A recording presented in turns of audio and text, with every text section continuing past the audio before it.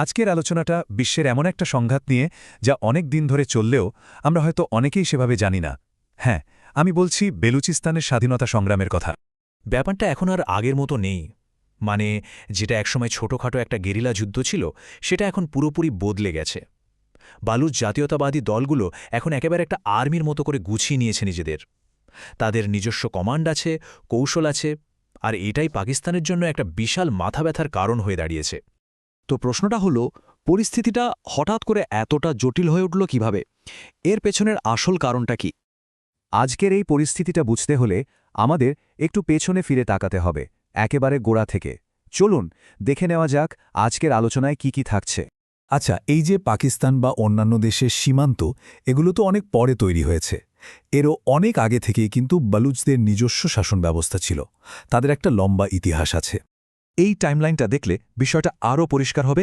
দেখুন কিভাবে ছড়িয়ে ছিটিয়ে থাকা কিছু উপজাতি থেকে ধীরে ধীরে একটা সার্বভৌম রাষ্ট্র তৈরি হলো।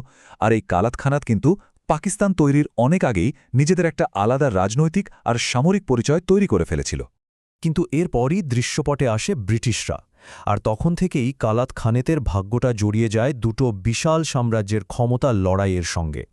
১৯ শতকের দিকে ব্রিটিশ আর রাশিয়ান সাম্রাজ্যের মধ্যে মধ্য এশিয়া দখল নিয়ে একটা ঠান্ডা লড়াই চলছিল। ইতিহাস একে বলে দ্য গ্রেট গেম।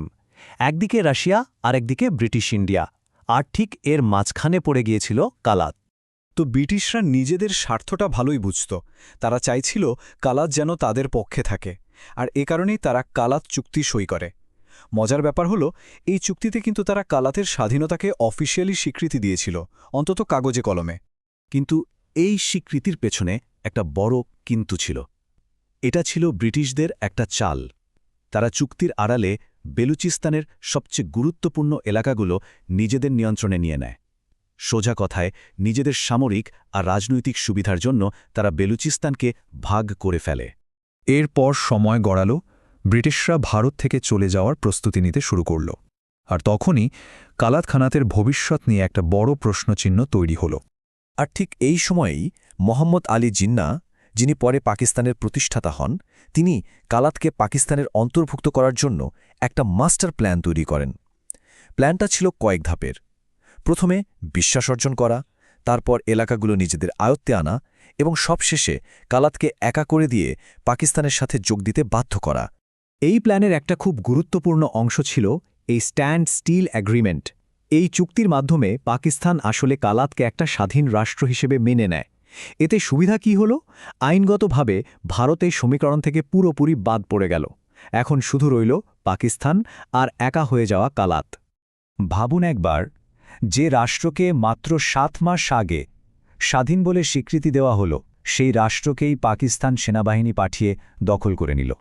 ততদিনে কালাত চারদিক থেকে পুরোপুরি বিচ্ছিন্ন আর একা হয়ে পড়েছিল।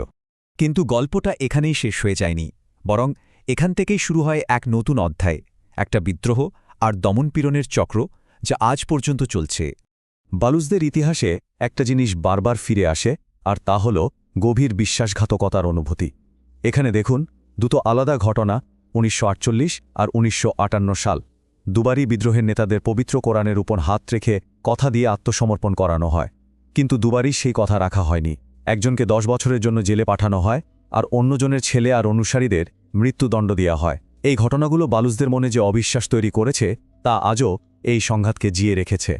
এরপর কয়েক দশক ধরে একই ঘটনার পুনরাবৃত্তি হয়েছে। যখনই কেন্দ্রীয় সরকার কোনো রাজনৈতিক সিদ্ধান্তের মাধ্যমে বালুচদের স্বায়ত্তশাসন কেড়ে নেওয়ার চেষ্টা করেছে, তখনই সেখানে সশস্ত্র প্রতিরোধ গড়ে উঠেছে। যেমন ১৯৫৫ সালে 1 ইউনিট পলিসি বা ১৯৭৩ সালে নির্বাচিত সরকারকে বরখাস্ত করা। প্রত্যেকবারই ফল হয়েছে নতুন করে বিদ্রোহ। তো এই ঐতিহাসিক প্রেক্ষাপট থেকে চলুন এবার বর্তমান সময়ে ফিরে আসি। কারণ আজকের দিনের যে লড়াই, তার কেন্দ্রে রয়েছে বেলুচিস্তানের বিপুল পরিমাণ প্রাকৃতিক সম্পদ। কতটা সম্পদ? শুধু একটা উদাহরণ দেই। বেলুচিস্তানের চাগাই জেলায় প্রায় ৪২ মিলিয়ন টন সোনা আর তামার মজুদ পাওয়া গেছে বলে ধারণা করা হয়। সংখ্যাটা একবার কল্পনা করুন।